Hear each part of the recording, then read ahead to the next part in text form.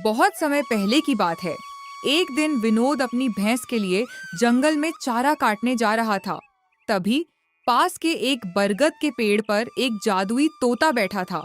तोते ने विनोद को देखकर सोचा, वाह, ये आदमी कितना मेहनती है।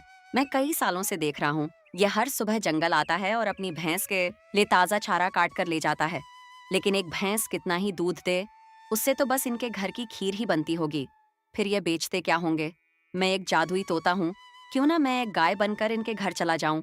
मेरे दूध को बेचकर यह अपनी जिंदगी आराम से जी सकेंगे। हाँ, यह अच्छा होगा। यह आदमी बहुत दयालु और नेक दिल भी है। इतना कहकर तोता पेड़ से उतरा और एक सुनहरी चमक के साथ एक खूबसूरत गाय में बदल गया। वह विनोद के पास गया और इंसानी आवाज में बोला, हे दयालु आदमी, इस जंगल में मेरा कोई नहीं है, मैं अकेली हूँ। क्या तुम मुझे अपने घर ले चलोगे? मैं तुम्हें बदले में ढेर सारा दूध दूंगी।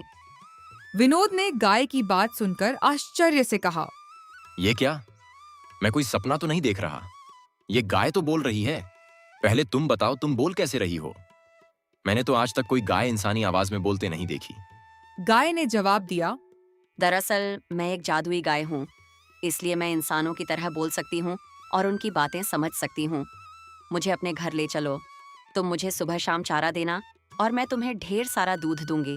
उस दूध को बेचकर तुम अपनी जिंदगी आराम से चला सकोगे। एक भैंस से तुम्हारा गुजारा तो नहीं हो पा रहा है? यह सुनकर विनोद बहुत खुश हुआ और बोला, जादुई गाय, क्या तुम सच कह रही हो?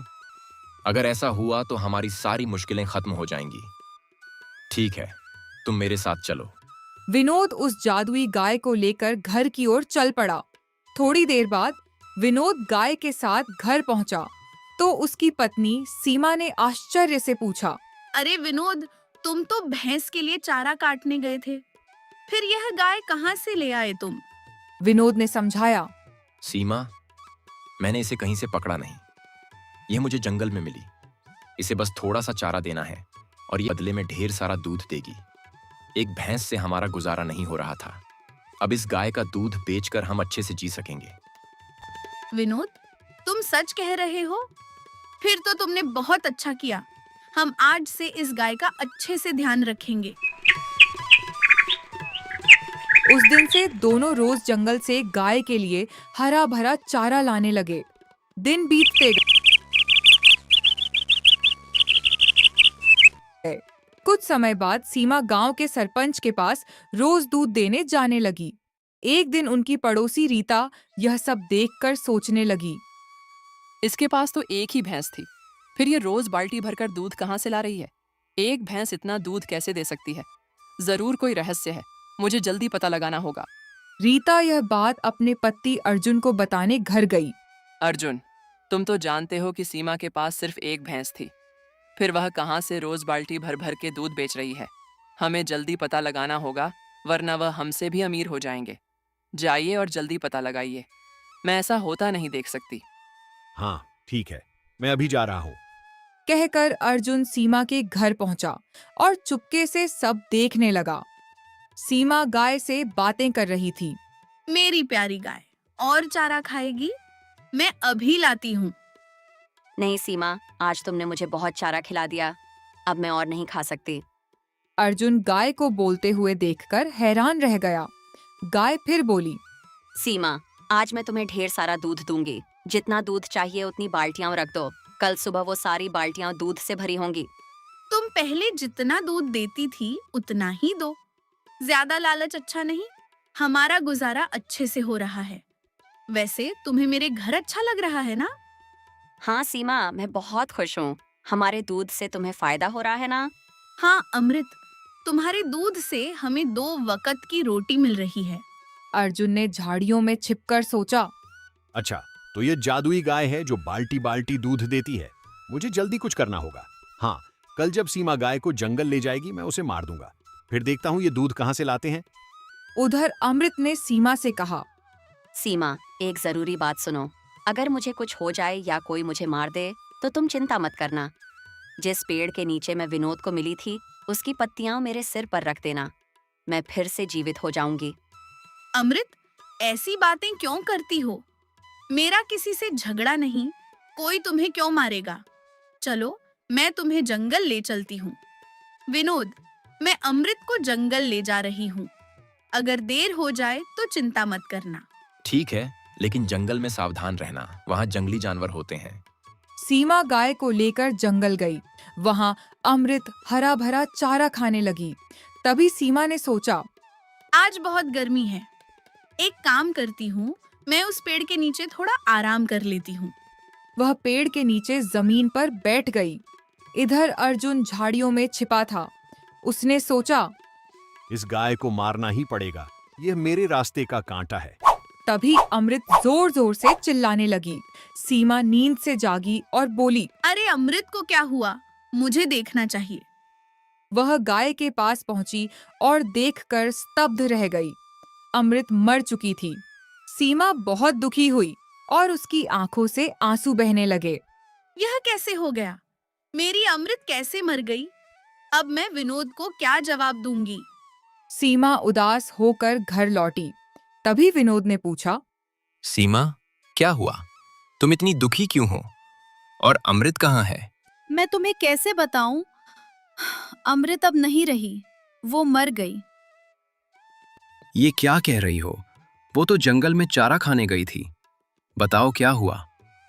मैं जंगल में पेड़ के नीचे सो रही थी। तभी अचानक अमृत की चीख सुनाई दी। जब मैंने देखा तो वो मर चुकी थी। विनोद बहुत निराश हुआ। ये कैसे हो गया? वो गाय हमारी कमाई का एकमात्र सहारा थी। अब हम क्या करेंगे? विनोद, चिंता मत करो। मुझे अमृत का रहस्य पता है। मैं जंगल से पत्तियां लाती हूँ।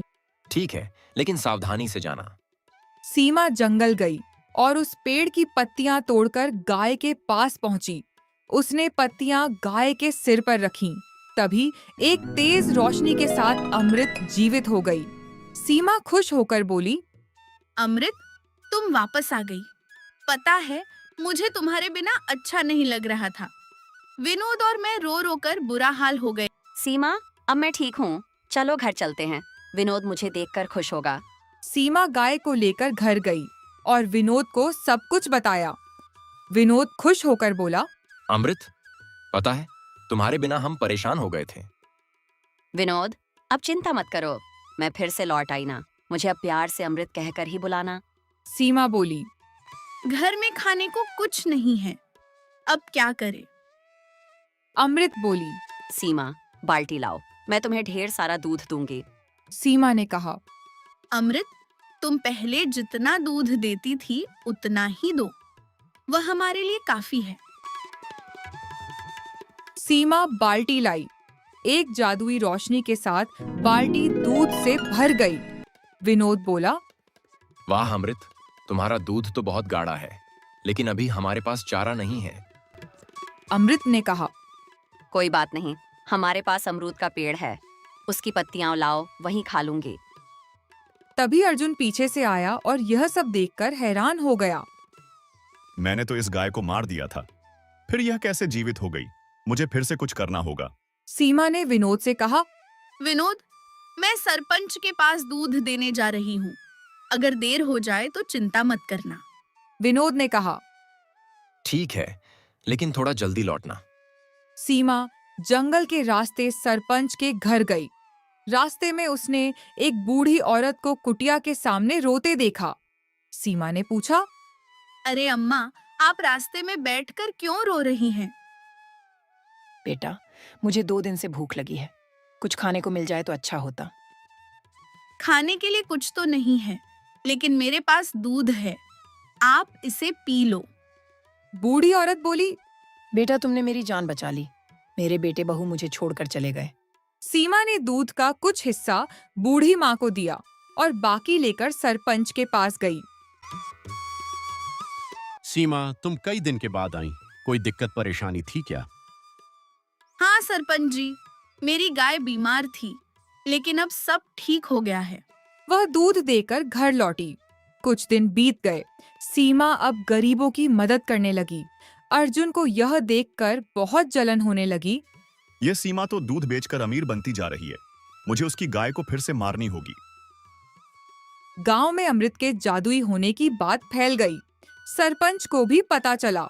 वो सीमा के घर गया और बोला, सीमा, मैंने सुना है तुम्हारी गाय बहुत खास है। क्या मैं उसे एक बार देख सकता हूँ? सीमा बोली, हाँ हाँ सरपंच जी, क्यों नहीं, आइए दिखा देती हूँ। वह सरपंच जी को गौशाला ले गई। सरपंच ने कहा, सीमा, मुझे यकीन नहीं आ रहा है। क्या ये गाय मेरे सामने दूध दे सकती है? सीमा बोली। हाँ, क्यों नहीं, देखिए। उसने एक बाल्टी रखी और बोली,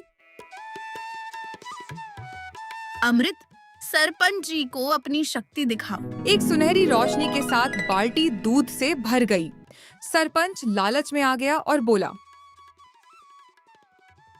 सीमा, यह गाय मुझे दे दो। मैं तुम्हें बहुत सारा धन दूंगा। सीमा ने मना कर दिया। नहीं सरपंच जी, यह गाय मैं नहीं बेच सकती। सरपंच ने गाय को छूने की कोशिश की, लेकिन उसके हाथ जलने लगे।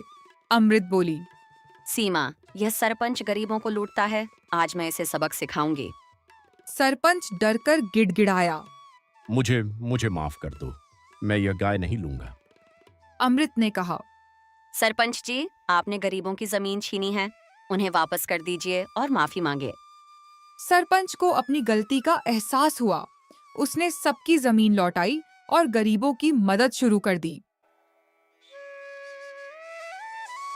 अमृत ने सीमा से कहा, सीमा, अब मेरा काम यहाँ पूरा हुआ, तुम अब खुशहाल हो।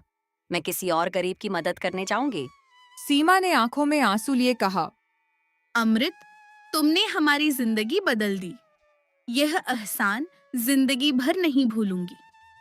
अमृत चली गई और सीमा और विनोद खुशी खुशी रहने लगे। अगर हमारी ये कहानी आपको पसंद आई है तो वीडियो को लाइक करें। अगर पसंद नहीं आई तो चैनल को सब्सक्राइब करें ताकि आने वाली वीडियो पसंद आ जाए, और वीडियो को अपने सभी दोस्तों में शेयर करना ना भूलें।